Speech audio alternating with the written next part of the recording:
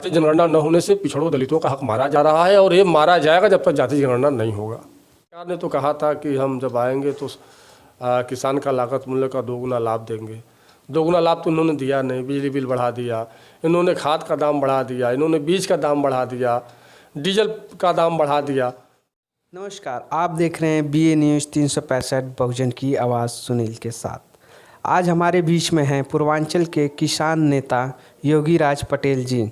योगीराज पटेल जी, BA news 365 में आपका बहुत बहुत स्वागत है। धन्यवाद। आपके दर्शकों को हमारी तरफ से बहुत बहुत धन्यवाद। मैं आपसे पूछना चाहता हूं, सिराथू की विधायिका पल्लवी पटेल ने जातिवार जनगणना पे सदन में जो निजी बिल पेश की है, इसके बारे में आप क्या कहना चाहेंगे? देखिए, ये विधायक जी का बहुत साहसिक कदम है। ये बिल तो सरकार को पेश करना चाहिए था, लेकिन सरकार ने इस बिल को नहीं पेश किया, तो निश्चित तौर पे विधायिका जी ने एक साहसिक कदम उठाया है और सरकार पे एक दबाव बनाया है। और आप जानते हैं कि उत्तर प्रदेश में क्या पूरे देश में जितने भी पिछड़े दलित नेता हैं, बहुत पहले से जाति जनगणना की मांग कर रहे हैं, लेकिन आपने बिहार में देखा नीतीश सरकार ने जिस तरीके से जाति सर्वेक्षण कराया और जिससे खुलकर आंकड़े सामने आए कितने पिछड़े, कितने दलित, कितने सवर्ण लोग हैं, तो ये मांग पूरे देश में उठ रही है। और ये जो साहसिक कदम विधायिका जी ने उठाया है, ये स्वागत योग्य है और सरकार को जातिवार जनगणना कराना ही होगा, आज नहीं तो कल। इसके लिए विधायक जी को बहुत बहुत धन्यवाद। जैसे कि जातिवार जनगणना कराने से सरकार पीछे क्यों भाग रही है? देखिए, सरकार ये जानती है, उसके पास सभी आंकड़े होते हैं और सरकार उसको छुपा रही है।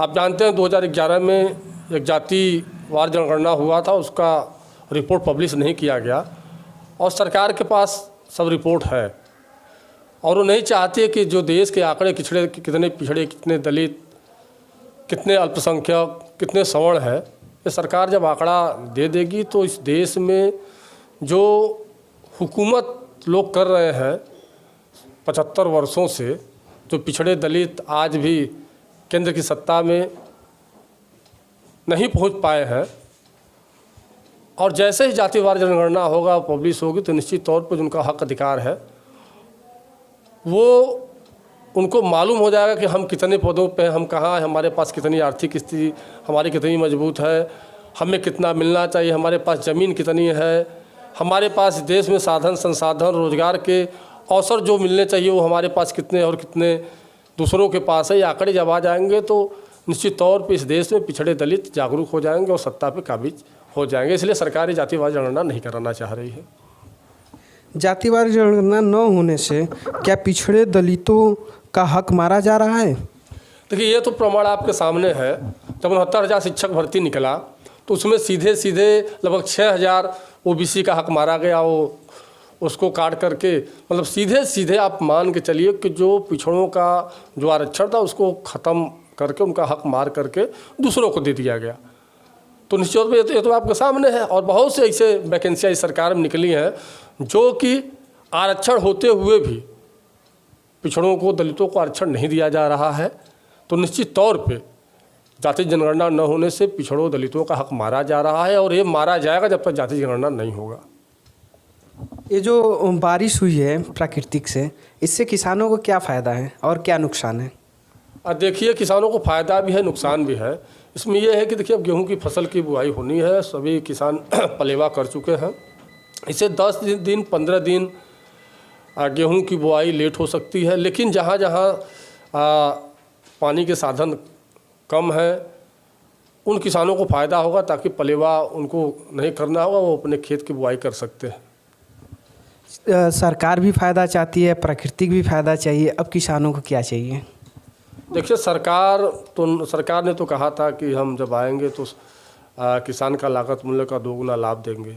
दोगुना लाभ तो इन्होंने दिया नहीं। बिजली बिल बढ़ा दिया, इन्होंने खाद का दाम बढ़ा दिया, इन्होंने बीज का दाम बढ़ा दिया, डीजल का दाम बढ़ा दिया। तो सरकार, आप जान लीजिए कि सरकार कुछ नहीं करे, किसान अपने बूते पे जो कर सकता है कर रहा है। अभी धान की फसल हुई है, आप कहीं भी आप उठा कर देख लीजिए, जितने भी क्रय केंद्र सरकार ने खोला है, आप पूछ लीजिए कितने किसानों ने सरकारी सरकारी क्रय केंद्र पे बेचा है अपना धान। 1800, 1900, 2000, 2100 में अपने कुंटल में अपना धान बेचने के लिए मजबूर है, कोई खरीदने वाला नहीं है। सरकार तो किसानों को उचित दाम दे रही है, तो फिर किसानों को तो कोई प्रॉब्लम नहीं होना चाहिए। भाई दाम आपने बता दिया कि 2200, 2300 कुंटल हम धान खरीदेंगे, लेकिन आप खरीदने की तो व्यवस्था ही नहीं कर रहे हैं ना। आप एक दाम तय करके आप खरीद नहीं रहे हैं, तो किसान को तो बेचना है तो वो व्यापारी को बेचेगा, और व्यापारी आप जानते हैं जो 2500 का माल होगा वो 2000 में खरीदेगा। तो आपने केवल दाम तय किया है, आप खरीदने की व्यवस्था नहीं किए हैं।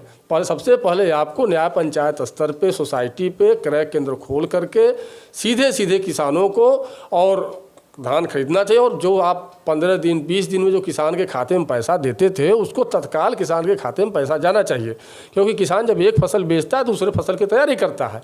आप जानिए कि धान की फसल जैसे उसका हुआ और सीधे सीधे गेहूं की फसल की वो तैयारी कर रहा है, तब तक उसके पास पैसा नहीं होगा, न खाद खरीद सकता है, न बीज खरीद सकता है, न खेत की बुआई कर सकता है। तो सीधे सीधे सरकार को किसान की फसल खरीदनी चाहिए।